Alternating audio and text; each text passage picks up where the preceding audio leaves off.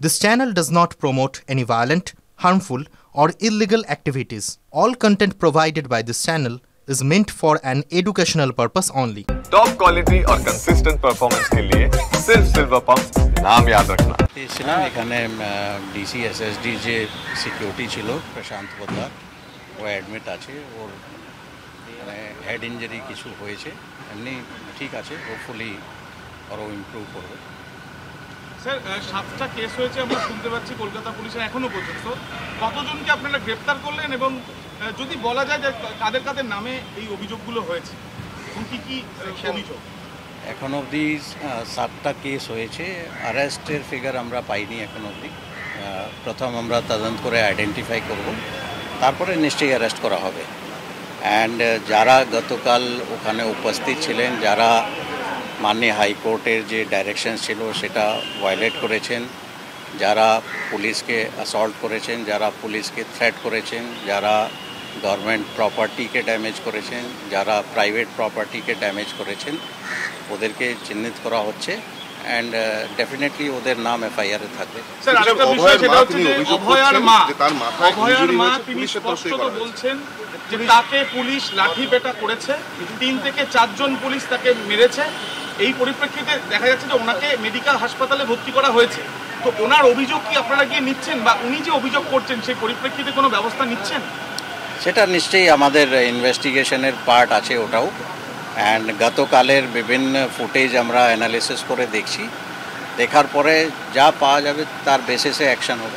গতকাল আমরা দেখলাম যে ডিসি কোর্ট তিনি বলছেন যে তাকে মারা হয়নি, অথচ দেখা যাচ্ছে যে আহত অবস্থায় মাথা ফুলে গিয়েছে অভয়ার মা, তিনি বলছেন পুলিশই আমাকে মেরেছে। এটা সাবজেক্ট টু ইনভেস্টিগেশন আছে। CCTV footage, video footage, body ক্যামেরার ফুটেজ, ওখানে ড্রোন থেকে সার্ভেলেন্স হচ্ছিল তার ফুটেজ দেখা হচ্ছে, বিভিন্ন অ্যাঙ্গেল থেকে ফুটেজ দেখা হচ্ছে। যতক্ষণ ফুটেজ আমরা অ্যানালিসিস না করতে পারি পুরোটা, ততক্ষণ আমাদের পক্ষে বলা সম্ভব নেই। কিন্তু yes, it is a part of investigation and definitely আমরা ওটা তদন্ত করে দেখি।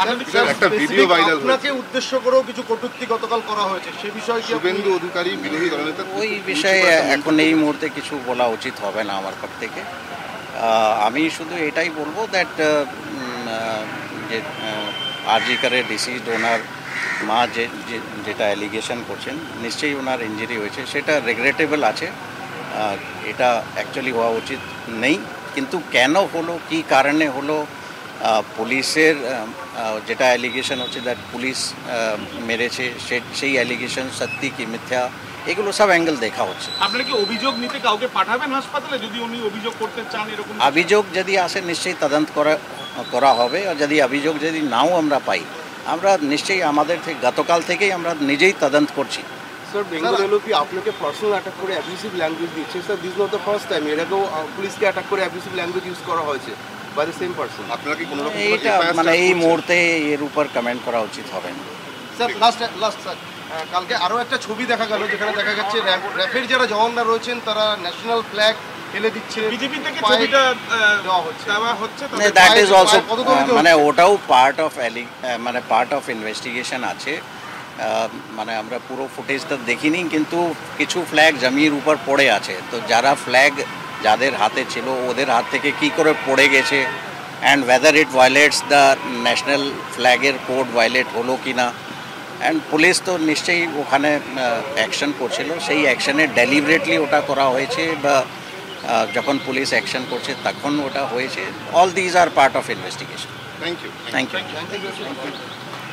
আপনারা দেখলেন এসএসকেএম হাসপাতাল থেকে, সেখান থেকে পুলিশ কমিশনার তিনি আহত পুলিশ কর্মীদের দেখে বেরোলেন, বেরিয়ে তিনি সাংবাদিকদের সামনে বক্তব্য রাখছিলেন। তিনি বলছিলেন আহত পুলিশ কর্মীদের সঙ্গে তিনি দেখা করে এসেছেন, পুরো বিষয়ের ওপর তিনি নজর রাখছেন বলে জানিয়েছেন এবং নবান্ন অভিযান নিয়ে এখনো পর্যন্ত মোট 7টি মামলা রুজু হয়েছে বলেও জানা যাচ্ছে। নবান্ন অভিযানে আহত 5 পুলিশ কর্মী ভর্তি এসএসকেএমে। আহত 1 পুলিশ কর্মীর চোখে আঘাত লেগেছে, অভিযোগ পুলিশের। ফুটেজ প্রকাশ করে দাবি পুলিশের।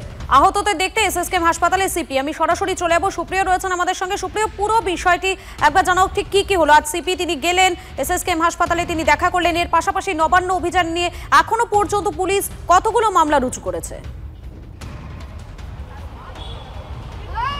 দেখো, তোমাকে প্রথমেই যেটা বলবো যে গতকাল নবান্ন অভিযান কর্মসূচিকে কেন্দ্র করে যে তুলকালাম পরিস্থিতি বা আন্দোলনকারীদের তরফ থেকে যে আঘাত, সেই আঘাতে এমন যেটা পুলিশের তরফ থেকে দাবি করা হচ্ছে যে হোমগার্ড, কনস্টেবল এবং এএসআই পদমর্যাদার অফিসার মিলিয়ে মোট 5 জন আহত হয়েছিলেন। তাদের মধ্যে প্রশান্ত পোদ্দার নামের কনস্টেবল, তিনি এসএসকেএম হাসপাতালে ট্রমা কেয়ারে চিকিৎসাধীন রয়েছেন এবং কিছু সময় আগেই সকাল 11টা বাজার পরেই আমরা যেটা দেখলাম, পুলিশ কমিশনার মনোজ বর্মা তিনি সশরীরে চলে আসেন ট্রমা কেয়ার যে ভেতরে তিনি যান, সেখানে গিয়ে প্রশান্ত পোদ্দার আহত চিকিৎসাধীন অবস্থায় রয়েছেন, তার সঙ্গে কথা বলেন, তার শারীরিক অবস্থার খোঁজ খবর নেন এবং বেরিয়ে এসে তিনি যেটা জানিয়েছেন যে তার মাথা সহ শরীরের বেশ কিছু জায়গায় আঘাত আছে এবং তার চিকিৎসা চলছে, বেশ কিছু পরীক্ষা নিরীক্ষাও হয়েছে।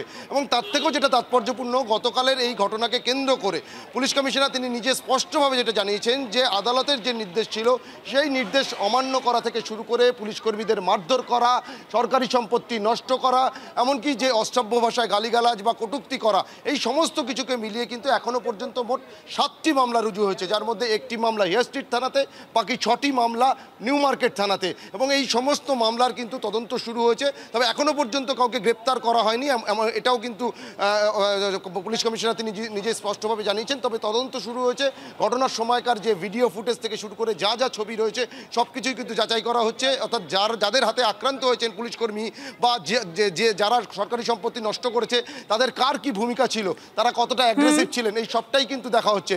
যদি এখানে বোঝা যাচ্ছে সব পুরো বিষয়টি কিন্তু খতিয়ে দেখা হচ্ছে। এর পাশাপাশি নবান্ন অভিযান নিয়ে এখনো পর্যন্ত 7টি মামলা রুজু পুলিশের, তার মধ্যে 1টি মামলা বিজেপি বিধায়ক অশোক দিন্দার বিরুদ্ধে, পুলিশকে করা মন্তব্যের পরিপ্রেক্ষিতে মামলা পুলিশের। এবং এই পুরো বিষয় নিয়ে পুলিশ প্রশাসনের বিরুদ্ধে ঠিক কি বলছেন তিলোত্তমার বাবা, শোনাবো আপনাদের।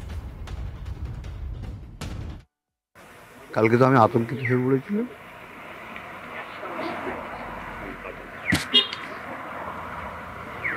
কালকে সে একটা 9 তারিখ ছিল, সেই পুলিশের অত্যাচার 1 বছর পরে। হ্যাঁ, সেই পুলিশের অত্যাচার সবসময় আমাদের সঙ্গে আছে, কিন্তু সুযোগ পায় না। কালকে সুযোগ পেয়েছিল, কিন্তু তারা দেখিয়ে দিয়েছে তারা কতটা অমানুষ, মানে সরকার প্রশাসন কতটা অমানুষ, কালকে আবার প্রমাণ করে দিয়েছে। উপর মহলের প্রেশার আছে, সেই জন্যই ভর্তি নিতে পারছি না। একটা পুলিশের গাড়ির কথা বলছি, পুলিশের একটা গাড়ি কালকে যখন আমরা এসেছি তারপর থেকেই দেখছি হসপিটালে, আমি যতবার বাইরে বেরিয়েছি দেখি একটা গাড়ি দাঁড়িয়ে আছে। আমি যে কৌতূহলবশত ওনাকে জিজ্ঞেস করেছি আপনারা এখানে কী ব্যাপার, কাছে গিয়ে জিজ্ঞেস করছিলাম, বলে আমাদের উপর মহল থেকে বলা আছে, সেই জন্য আমরা এসে বসে আছি। বলে আপনারা কি আমার পাহাড় দিচ্ছেন? বলে না না না, আপনাদের কেন পাহাড় দেবো, আমাদের উপর থেকে বলা আছে, মানে ওরাই সমস্ত এখানে অবজারভেশন করছে যে যাতে আমাদের ভর্তি না হয়। কিন্তু সরকার কি ভাবছে, আমাদের ভর্তি না নিলেই কি মানুষ জানতে পারবে না? সারা পশ্চিমবঙ্গের মানুষ কালকের পুলিশের চরিত্র এবং সরকারের চরিত্র দেখে নিয়েছে। গত 9ই আগস্ট আমার মেয়েটাকে মারা হয়েছিল এবং আজ গতকাল আবার 9ই আগস্ট 2025, 1 বছর পরেও সেই সরকারের যে আতঙ্ক যায়নি, সেই আতঙ্ক কোনোরকমভাবে সরকার আমাদের বাগে আনতে পারছে না। সরকার তার পুলিশ দিয়ে আমাদের উপর অত্যাচার করে বাগে আনার চেষ্টা করছে।